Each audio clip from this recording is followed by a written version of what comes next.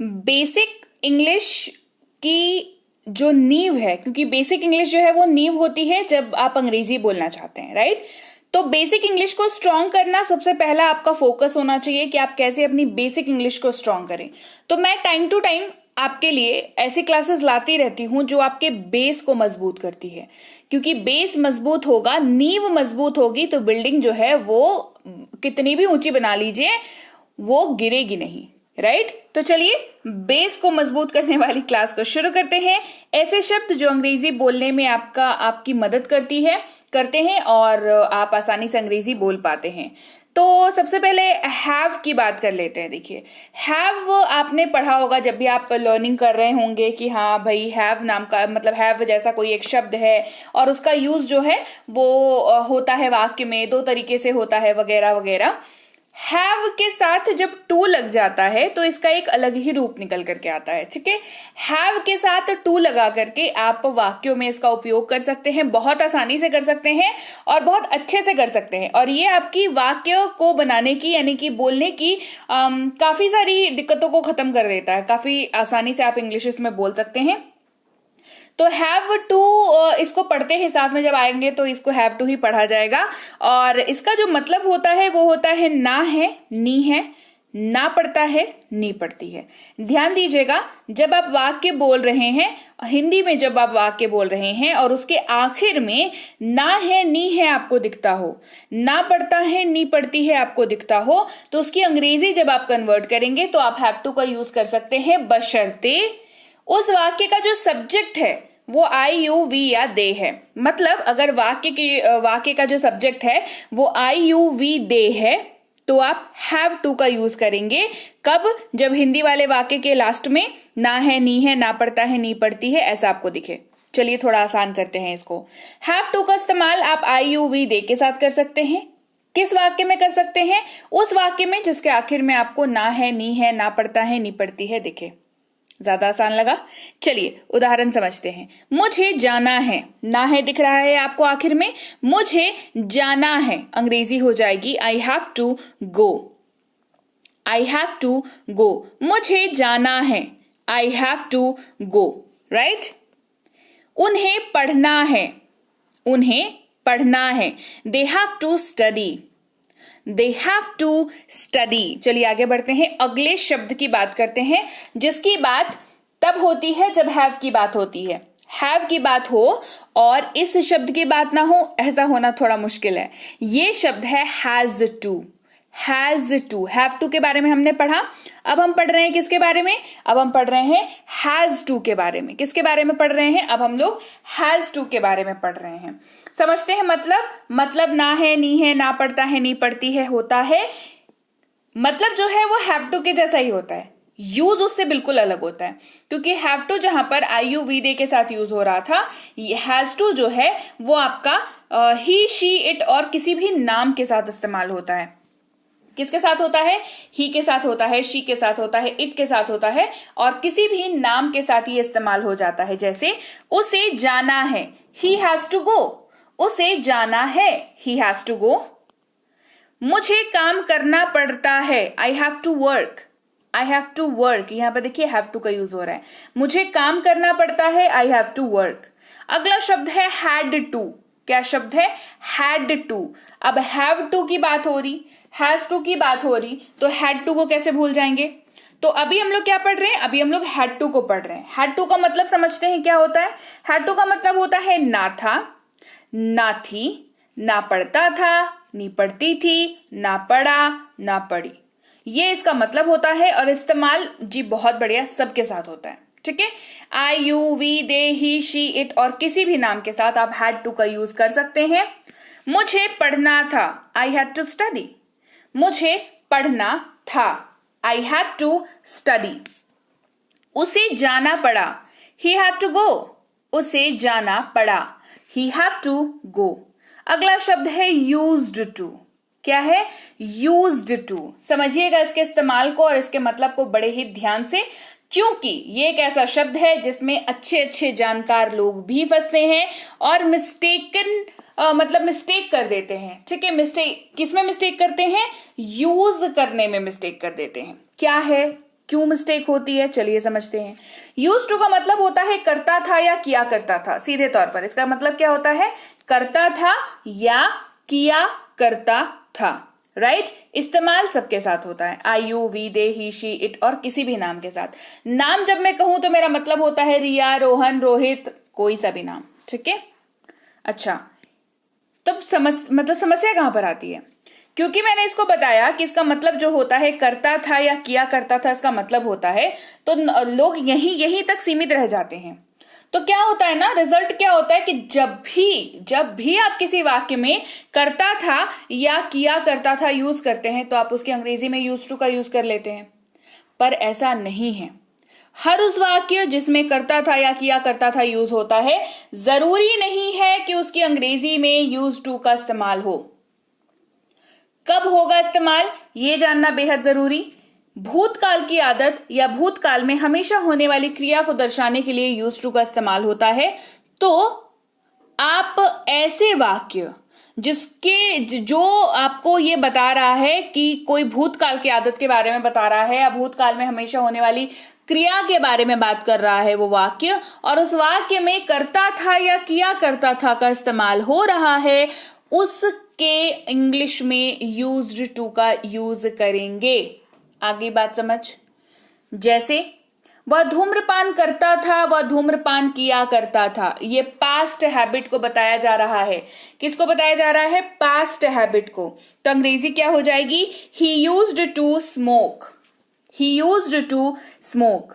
वे cricket खेला करते थे, they used to play cricket, वे क्रिकेट खेला करते थे, they used to play cricket. अगला शब्द है सपोज्ड टू। क्या है, सपोज्ड टू। इसको लेके भी बहुत कंफ्यूजन होती है, बहुत। एक यूज टू और एक सपोज टू, बहुत कंफ्यूजन होती है। क्यों कंफ्यूजन होती है, मतलब इन दोनों में कंफ्यूजन नहीं होती है, इनके इस्तेमाल में कंफ्यूजन होती है, ठीक है।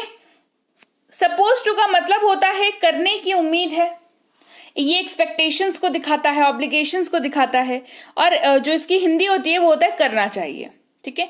तो क्या हर वो वाक्य जिसमें करना चाहिए इस्तेमाल हो रहा है उसमें सपोज टू यूज कर सकते हैं? जवाब है नहीं, बिल्कुल नहीं, गलत हो जाएगा वाक्य। कहां यूज करेंगे सपोज टू का? जहां पर आप ऐसा वाक्य कह रहे हैं जिसके अंत में करना चाहिए तो है, लेकिन उस वाक्य का जो मतलब है वो जिम्मेदारी का एहसास कराने वाला है, करने की उम्मीद है, एक्सपेक्टेशंस को बताने वाला है, तो उसकी इंग्लिश में सपोज टू का यूज होगा। यूज सपोज टू का आप सबके साथ कर सकते हैं। मुझसे उम्मीद की जाती है कि मैं उसकी मदद करूं, मुझे उसकी मदद करनी चाहिए, मुझे आपकी मदद करनी चाहिए, राइट।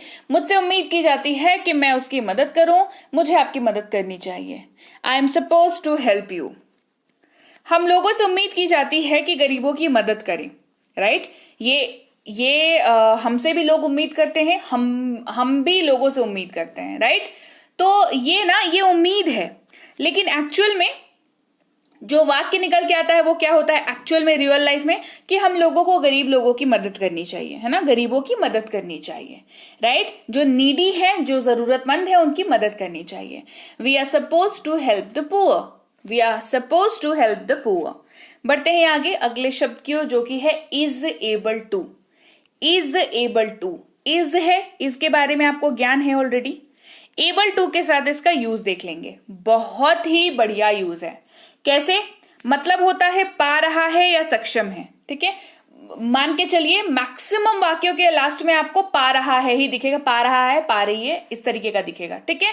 मतलब क्या होता है, सक्षम है। एबल टू का मतलब, एबल का मतलब क्या होता है? एबल ऐसा शब्द है जो क्षमता को, सक्षमता को दिखाता है ना, कुछ कर सकने की, मतलब कुछ कर सकने को दिखाता है, राइट। तो इसके साथ यूज होगा तो सक्षम है या पा रहा है। इस का रूल लगेगा। इस किसके साथ इस्तेमाल होता है? ही के साथ, शी के साथ, इट के साथ और नाम के साथ। तो इज एबल टू किसके साथ यूज होगा? ही के साथ, इस के साथ, ही के साथ, शी के साथ, इट के साथ और नाम के साथ इज का यूज हो जाएगा, ठीक है। जैसे वह चल पा रहा है, he is able to walk. वह चल पा रहा है, he is able to walk. Am able to की बात करते हैं। अगेन एबल टू का कॉन्सेप्ट अपनी जगह पर सेम रह जाएगा। एम के साथ क्योंकि यूज हो रहा है तो एम का ही रूल इसके ऊपर लागू होगा और ये बन जाएगा एम एबल टू, और इसका मतलब हो जाएगा पा रहा हूं या सक्षम हूं, क्योंकि am के साथ यूज हो रहा है, और am किसके साथ यूज होता है, am I के साथ यूज होता है। तो मैं पढ़ पा रहा हूं, I am able to study, मैं पढ़ पा रहा हूं, I am able to study।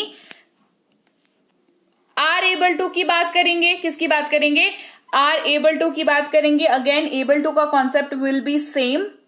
पा रहे हैं या सक्षम है, इसका मतलब हो जाएगा, क्योंकि आर के साथ ये इस्तेमाल हो रहा है और एक ग्रुप में ये आर एबल टू के तौर पर इस्तेमाल हो रहा है, मतलब इसका हो जाएगा पा रहे हैं या सक्षम है। और आर का जो रूल लगता है यूजेज का, वही यहां पर लगेगा। आर का क्या रूल लगता है, आर जो है वो यू वी दे के साथ यूज होता है, ठीक है। किसके साथ, यू के साथ, वी के साथ, दे के साथ आर यूज होता है।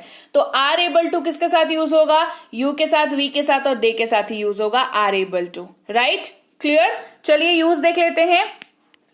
वे जा पा रहे हैं, they are able to go. वे जा पा रहे हैं, they are able to go. Right. Was able to की बात करते हैं। वॉज एबल टू का कॉन्सेप्ट अगेन सेम अपनी जगह पर वॉज के साथ यूज हो रहा है, तो ये वॉज एबल टू ग्रुप में वॉज एबल टू के जैसा यूज हो जाएगा, मतलब हो जाएगा पा रहा था या सक्षम था, क्योंकि वॉज के साथ यूज हो रहा है, was able to. Right, was का ही रूल लग जाएगा। वॉज किसके साथ यूज होता है, आई के साथ होता है, ही के साथ होता है, शी के साथ, इट के साथ और किसी भी नाम के साथ होता है ना।